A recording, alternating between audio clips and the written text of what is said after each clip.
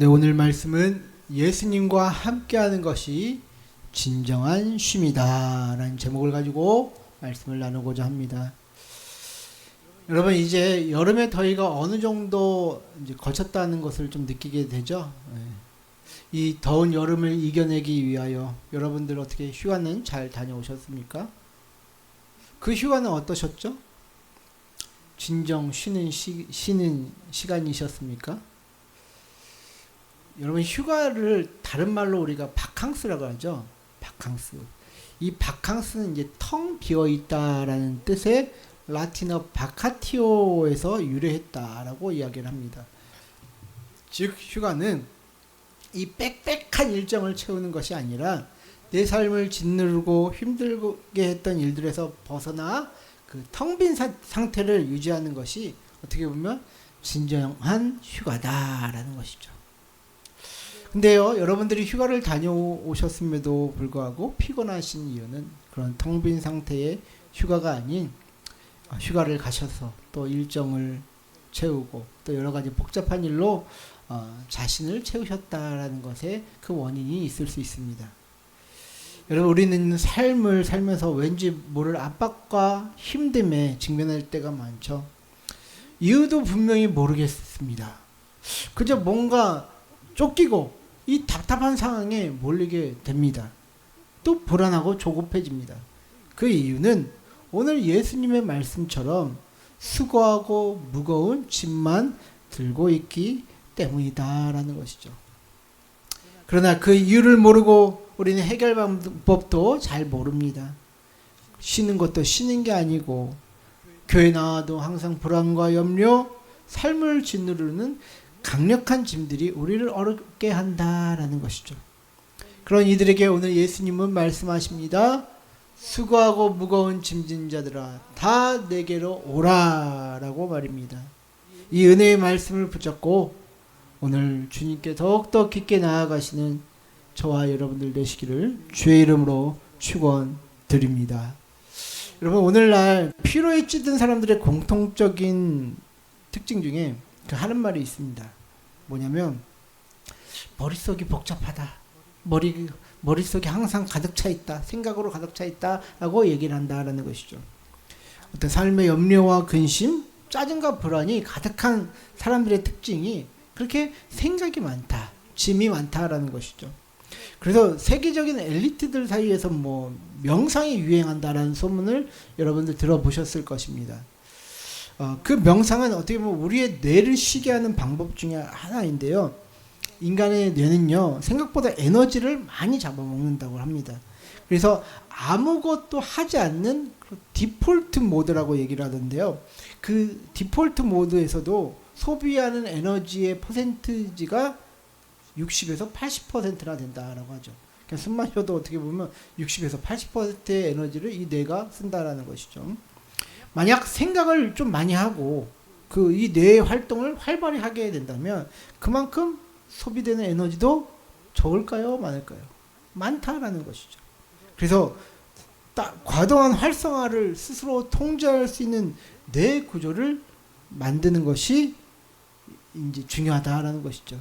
그래서 이렇게 생각을 쉬게끔 하지 않는 이상은 진정한 휴식을 누릴 수 없다라는 것이죠. 그래서 많은 사람들이 그 명상을 하면 뭔가 이제 쉬는 것 같고 편안하다라고 느끼는 이유가 뇌를 쉬게 하기 때문에 그 삶의 염려와 근심과 불안을 떨쳐내기 때문에 그렇다라는 것이죠. 저는 오늘 설교 준비를 하면서 이 성경 구절들을 묵상하다가 든 생각이 있습니다. 정말 쉼이란 게 가능할까? 이런 생각이었거든요. 여러분, 우리 삶에서 먹고 사는 문제 있지 않습니까? 그 다음에 자식들, 교육 문제, 그 다음에 내일 당장 처리해야 할 일들, 우리 삶에는 산더미같이 쌓여 있습니다. 그런데 아무것도 안 하고 배 두드리고 누워서 이 쉬는 쉼이 정말 이 세상을 살면서 가능할까? 정말 예수님이 이런 쉼을 얘기하신 걸까? 라는 그런 이제 질문이 들었다라는 것이죠. 왜냐하면 목회자의 인생처럼 쉼이 없는 인생이었거든요. 저는 사역하면서 단 한 번도 이제 휴가 가서 뭐 휴식이라는 걸 제대로 느껴본 적이 없습니다. 왜냐? 일주일 휴가가 있어도 다가오는 주말엔 항상 설교를 해야 되기 때문에 이 사이에는 항상 뭔가를 생각을 하고 묵상을 해야 된다는 것이죠. 그래서 목회자는 끊임없이 날개를 쉬지 않는 꿀벌처럼 또 일하는 것이 봄에 밴 사람들입니다. 목회자의 삶이 이러할진데 저는 오늘 이 말씀부터 저에게 부딪히더라고요. 그래서 28절 예수님 말씀하셨죠. 수고하고 무거운 짐진 자들아 다 내게로 오라. 내가 너희를 쉬게 하리라. 예수님 정말 쉼이란 게 가능합니까? 저는 다시 질문하지 않을 수 없었습니다. 여러분들은 어떻게 생각하세요? 정말 이 인생 살면서 쉼이란 게 있다고 생각하십니까? 또한 예수님의 일생을 봐도 폭풍우가 치는 배에서도 머리만 대면 주무실 정도로 피곤하셨던 인생을 사셨던 분인데 예수님도 그다지 쉬는 인생이 아니셨던 것으로 보이는데 과연 우리가 생각하는 쉼이란 게 가능한 일일까요? 저는 질문을 던지지 않을 수 없었다라는 것이죠. 자, 그렇다면 오늘 예수님이 말씀하신 이 쉼의 의미는 무엇일까? 우리는 생각해 봐야 됩니다. 지금 우리가 읽으신 이 11장 28절부터 30절까지의 말씀은 바리새인들과 논쟁하기 시작하기 전에 하신 말씀입니다. 그래서 12장을 보시면 바리새인들은 이제 예수님의 제자들이 안식일날 이삭을 비벼 먹은 것 가지고부터 비난을 시작합니다. 그리고 안식일에 손 마른 자들 치료한 것도 비난을 하죠. 그리고 기적을 베풀고 선한 일을 하시는 예수님을 향해서도 귀신의 왕이다라고 하면서 비난을 합니다. 바리새인들이 세워놓은 규칙을 지키지 않는 예수님은 모든 것에 있어서 비난의 대상이 되셨다라는 것이죠. 선한 일을 하는 예수님에게도 원칙이라는 이름으로 이렇게 비난을 했는데 과연 그 당대의 바리새인들과 기득권층들은 그 종교인들은 일반인들에게 어떻게 대했을지 상상이 가지 않습니까, 여러분들? 당대 평범한 일반인들은요, 아메하 아레츠, 땅의 사람들이라고 불렸다고 합니다. 어떻게 보면 종교 지도자들은 하늘의 사람들이고 평민들은 땅의 사람들이라며 어떻게 보면 무시를 당했다라는 소리죠. 바리새인들은 율법 해석인 미시나 요마 8장 6절에 따르면 안식일에 의학적 도움이나 치료를 베푸는 것은 오직 환자의 생명이 위급할 때에만 제한적으로 허용된다라고 이야기를 했다라고 합니다.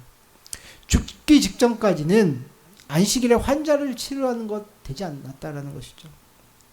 그들의 관점에서 환자는 아무리 고통스럽더라도 하루 더 참고 기다려야 했던 그냥 존재였을 뿐 즉각적인 자비의 대상이 아니었다라는 것이죠.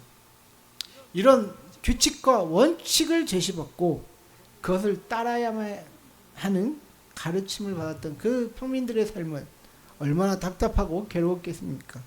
지금 제가 이 말만 들어도 여러분들 숨이 확확 막히지 않습니까? 당대의 사람들도 그랬다라는 것이죠. 예수님은 이런 이들에게 쉼을 주시겠다. 나에게 오라라고 말씀하십니다.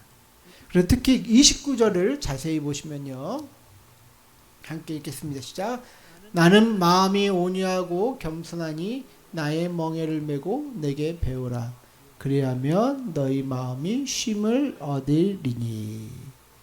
자, 우리는 이 말씀 속에서 세 가지를 배울 수 있죠.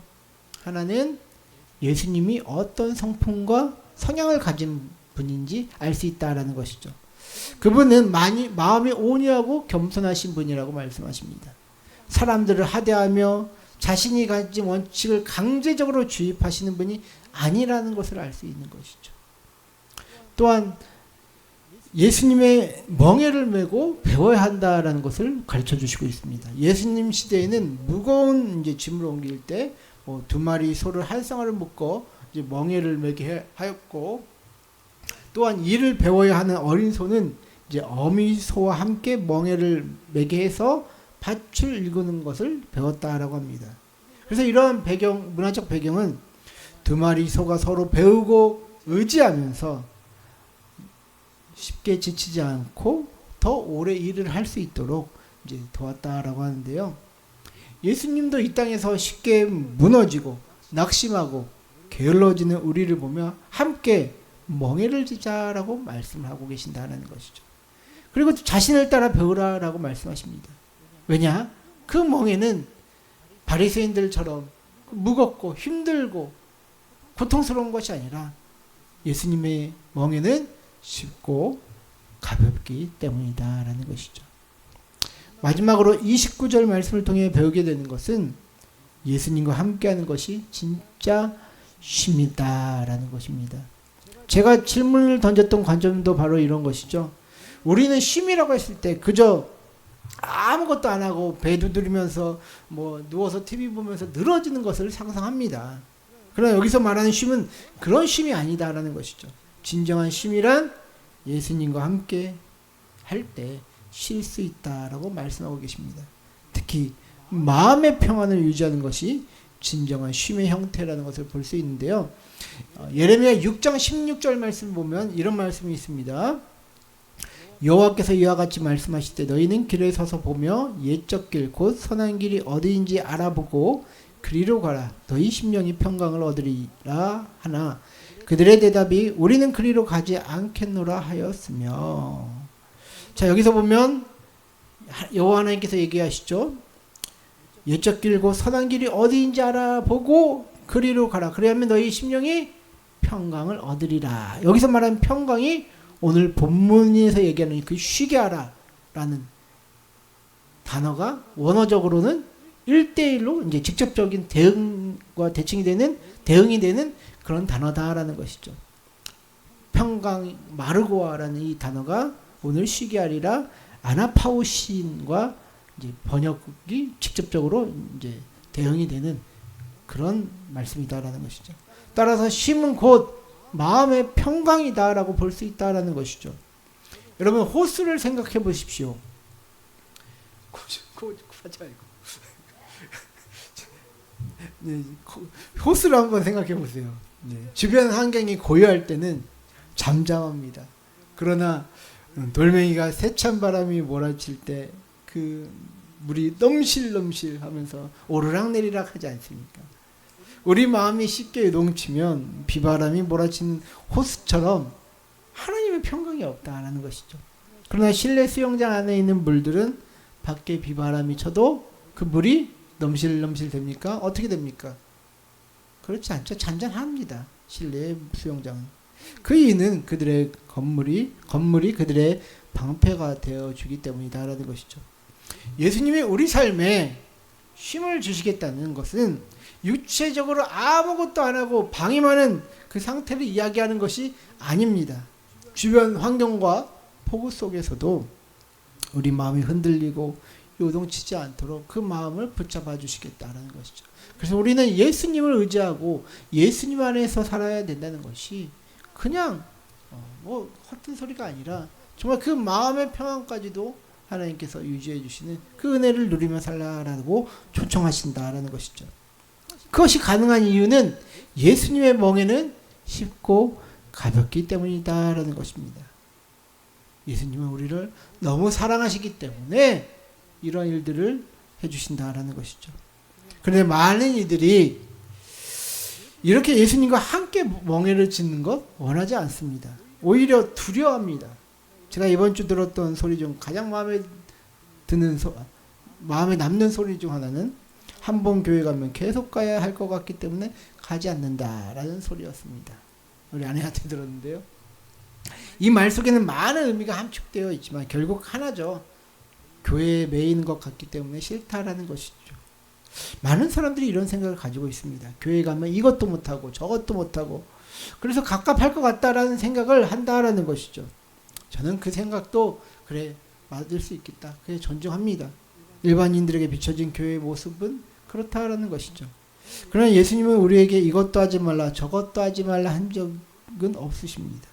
나에게 먼저 나아올 때에 그 외의 것들은 자동적으로 끊어질 것이고 끊어질 것은 끊어지고 새로워질 것은 새로워진다라고 말씀하신 분이 우리 예수님이다라는 것이죠. 특별히 예수님은요, 바리새인들과 논쟁을 하면서 바리새인들의 그 숨막히는 이제 정죄와 금지 사항들, 그런 외식들을 보면서 이렇게 말씀하셨습니다. 마태복음 23장 4절 말씀에 또 무거운 짐을 묶어 사람의 어깨에 지우되 자기는 이것을 한 손가락으로도 움직이려 하지 아니하며. 당시 바리새인들은요, 자기들도 지키지 않으면서 사람들에게 원칙과 규칙 이런 짐만 지워주고 자기네들은 손가락도 하나라도 그것을 지키려고 하지 않는 모습을 보여주었다라는 것이죠. 예수님은 그런 이들을 향해 회칠한 무덤이라고 하며 그들의 외식된 행동에 비판을 가하지 않았습니까?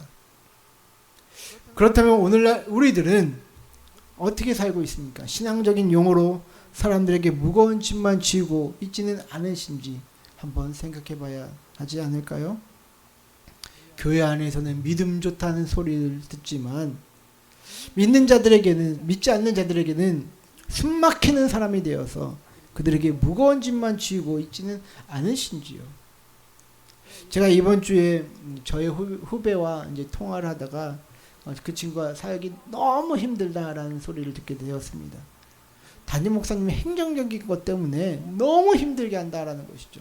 자기는 일도 제대로 안 하면서 설교도 준비도 안 하면서 부교역자들 이제 조질 때 그렇게 행정적인 것으로 정말 부교역자들이 올리는 그 점 하나 가지고 그 괴롭게 하는, 정말 행정적인 면에서 너무 많은 시간을 자기가 이제 소비한다고 하면서 너무 힘들다라고 이제 얘기를 한다라는 것이죠. 그런데 여러분들, 교회가 생각보다 이런 비본질적인 영역에서 사람들을 참으로 힘들게 하는 것을 자주 보게 됩니다. 뭐 이런 서류에 점 찍는 것부터 시작해서 세부적인 절차, 뭐 주보의 오탈자, 뭐 성가대의 가운 색깔 등 이 비본질적인 영역에서 너무 많은 에너지를 소비하고 있다라는 것이죠. 물론 이런 것들도 정확히 하는 것이 중요합니다. 그러나 정작 사회적 약자를 돌보고 이웃을 향한 자비와 실천에는 우리가 예민하지도 않으면서 자기의 주장을 드러낼 수 있는 그런 영역에서만 소리치고 있는 형국이니 그 교회와 공동체가 과연 건강한 공동체가 될 수 있다고 생각하십니까, 여러분들? 여러분들은 아마도 여러분들이 주장하는 영역에서 다른 사람에게 어떤 무거운 짐을 지고 계신지 지금 생각이 나실 것입니다. 여러분, 그러나 다른 건 몰라도 이건 중요한데 하면서 이거 난 놓치지 않을 수 거야, 난 이건 주장해야겠어 라고 하시는 영역도 분명히 있으실 것입니다. 그때마다 예수님께서 당신에게 어떤 말씀을 하실지 생각해 보십시오. 너는 사랑과 공의를 행하는데 앞장서는구나, 이 소리를 하시겠습니까? 아니면 너는 다른 사람에게 짐을 지우는 일에는 정말 참 빠르구나 라고 오히려 예수님께서 반문하시겠습니까? 여기에 모인 모든 분들에게는 예수께서 전자의 소리를 여러분들에게 들려주시기를 원합니다. 그리하여 너는 사랑과 공의를 행하는데 앞장서는 이로구나. 나의 사랑, 나의 어여쁜 자여 일어나 함께 가자 하시는 그 음성을 듣는 저와 여러분들 되시기를 주의 이름으로 축원드립니다. 여러분들 예수님과 동행하십시오. 그리하여 짐을 가볍게 하십시오. 그 가벼운 마음 속에 예수님이 더욱더 기쁨으로 여러분들을 채워주실 것입니다. 이런 은혜와 평강의 복을 누리게 되시는 저와 여러분들 되시기를 주의 이름으로 축원드립니다.